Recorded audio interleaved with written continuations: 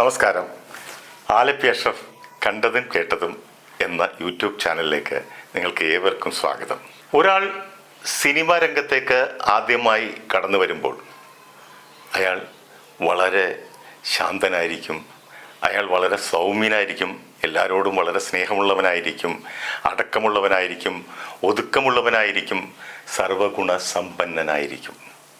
പക്ഷേ അയാളുടെ ഒരു ചിത്രം വെളിയിൽ വന്ന് അത് ക്ലിക്കായാൽ, അത് വിജയിച്ചാൽ, പിന്നീട് അയാളുടെ സ്വഭാവം മെല്ലെ മെല്ലെ മാറും. ഈ ഹിറ്റുകൾ അനുസരിച്ച് സ്വഭാവങ്ങൾ അങ്ങനെ മാറിക്കൊണ്ടിരിക്കും. അവർ വേറൊരു ലോകത്തിലേക്ക് പോകും. അവരധികം സംസാരിക്കില്ല, അവർ പറയുന്നതൊക്കെയാണ് ശരി എന്ന് വരുത്തും. കാരണം അത് അംഗീകരിച്ചു കൊടുക്കാൻ കൂടെ കുറേ ആൾക്കാരും ഉണ്ടാവും.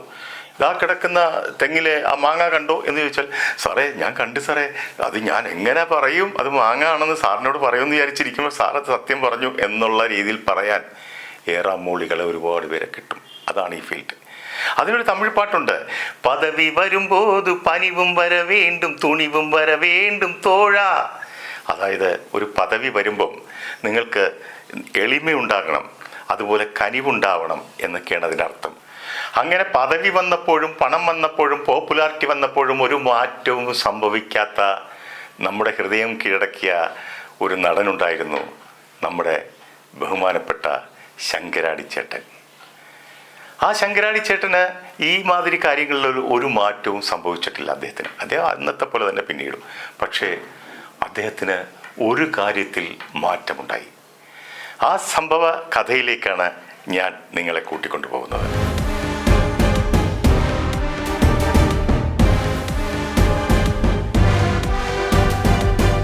കമ്മ്യൂണിസ്റ്റ് പ്രസ്ഥാനത്തിലൂടെ കടന്നു വന്ന ഒരു കലാകാരനാണ് ശങ്കരാടിച്ചേട്ടൻ.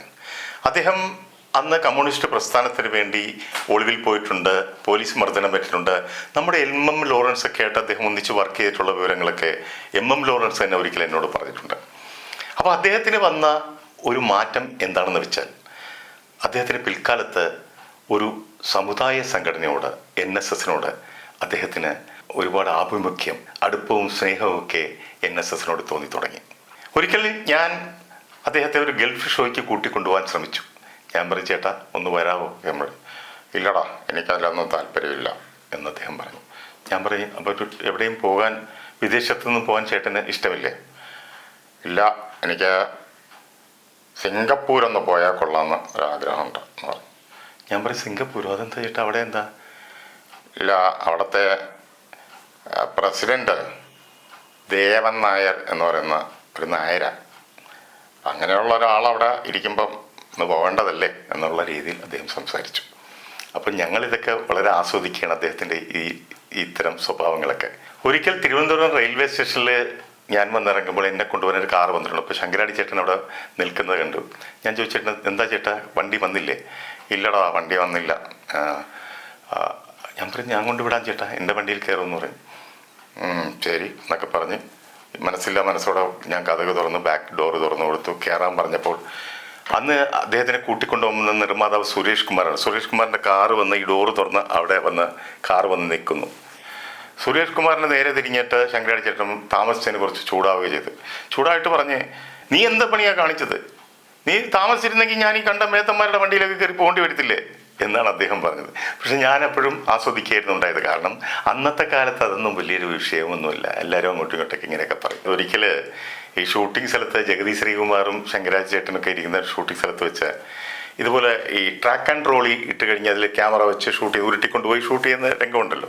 അപ്പോൾ അങ്ങനെ ഷൂട്ട് ചെയ്യാൻ വേണ്ടിയിട്ട് ആദ്യം ഈ ട്രാക്ക് ഇങ്ങനെ റെഡിയാക്കും. ആ നിലത്ത് ആ പാളങ്ങൾ പോലെ സംഗതി ഫിക്സ് ചെയ്യുമ്പോൾ ഇതിനകത്ത് ഒരുപാട് ആപ്പുകളും കാര്യങ്ങളും ഒക്കെ വെച്ച് ലെവലെല്ലാം കറക്റ്റ് ചെയ്യുന്നൊരു സംഭവമുണ്ട്. അതിൽ കൂടം വെച്ചൊക്കെ അടിച്ചാണെന്ന് ഈ ആപ്പെല്ലാം കറക്റ്റ് ചെയ്യുന്നത്. ഇന്ന് കുറച്ചുകൂടെ മോഡേണായിട്ട് കാര്യങ്ങളൊക്കെ ഉണ്ട്. പക്ഷെ അന്ന് എല്ലാം ഇതിങ്ങനെ കൂടം വെച്ച്, അപ്പോൾ അത് ചെയ്തുകൊണ്ടിരിക്കുമ്പോൾ അതിന് കുറേ സമയമെടുത്ത് എത്ര അടിച്ചിട്ടും അത് ശരിയാവുന്നില്ല, കുറേ ബാലൻസിങ് കറക്റ്റ് ആവുന്നില്ല. അപ്പോൾ ശങ്കരാടി ചേട്ടൻ അന്ന് ജഗതി ഇവിടെ ഇരിപ്പുണ്ട്. ജഗതിയെ അമ്പിളി എന്നാണ് വിളിക്കുന്നത്. എടാ അമ്പിളി, ഒന്ന് ചെന്ന് സഹായിച്ചു കൊടുക്കടാ, അത് കണ്ടില്ലേടാന്ന്. അപ്പം അവിടെയും ആളുകൾ ഒരുപാട് കിടന്ന് ചിരിക്കുകയാണ് ഉണ്ടായത്. ശങ്കരാടി ചേട്ടൻ പറഞ്ഞു, ജഗതി ഒരു ആശാരി വിഭാഗത്തിൽപ്പെട്ടതുകൊണ്ട് ശങ്കരാടി ചേട്ടൻ കളിയാക്കിയതാണ്. അതുപോലെ തന്നെ മുകേഷ് അമൃത ഹോട്ടലിലാണ് അന്ന് താമസിച്ചുകൊണ്ടിരുന്നത്, തിരുവനന്തപുരത്ത് അമൃത ഹോട്ടൽ. ആ അമൃത ഹോട്ടലിൽ ഏറ്റവും വലിയൊരു റൂമുണ്ട്, ഏറ്റവും വലിയ റൂം. അതിലായിരുന്നു മുകേഷ് താമസിക്കുന്നതെന്ന് വന്ന സ്ഥിരം. അപ്പോൾ ആ റൂമിൻ്റെ പ്രത്യേകത എന്ന് പറഞ്ഞാൽ ആ റൂമിൻ്റെ നടുക്ക് വലിയൊരു തൂണുണ്ട്. ആ ഹോട്ടലിൽ ആ റൂമിൽ മാത്രമേ അങ്ങനെ നടുക്കൊരു തൂണുള്ളൂ. അതിന് ശങ്കരാടി ചേട്ടൻ കളിയാക്കിയത്, അവന് അങ്ങനെ ഒരു തൂണുള്ള റൂം തന്നെ വേണം, ഇടയ്ക്കിടയ്ക്ക് ഒന്ന് കയറി പരിശീലിക്കണ്ടേ, അതിനു വേണ്ടിയാണെന്ന് പറയും. ഇങ്ങനെ മുകേഷ് ആയാലും ജഗതി ആയാലും ഞങ്ങളെല്ലാവരും, അത് കാരണം എന്താണ്, അന്ന് ആരുടെയും മനസ്സിൽ വർഗീയതയോ അങ്ങനെ ഒന്നുമില്ല. എല്ലാം കേൾക്കുമ്പോൾ അപ്പോൾ ഉള്ള തമാശയായിട്ട് ചിരിച്ചു തള്ളും. ഇങ്ങനെയൊക്കെ ആണെങ്കിലും ശങ്കരാടി ചേട്ടൻ ഒരു സ്നേഹസമ്പന്നനായിരുന്നു. ഞങ്ങളോടൊക്കെ വളരെ സ്നേഹമായിരുന്നു. പ്രത്യേകിച്ച് ഞാൻ ഈ മിമിക്രിയുടെ കാലത്തൊക്കെ ഈ ശങ്കരാടി ചേട്ടനെയൊക്കെ ആദ്യമായിട്ട് അനുകരിച്ചു തുടങ്ങിയത് ഞാനായിരുന്നു. അന്ന് മുറുക്കാനൊക്കെ ചോദിച്ചാൽ അപ്പോൾ എന്നൊക്കെ പറഞ്ഞ് തുടങ്ങുന്ന ആ നമ്പറൊക്കെ എന്നിൽ നിന്നാണ് ഉണ്ടായത്.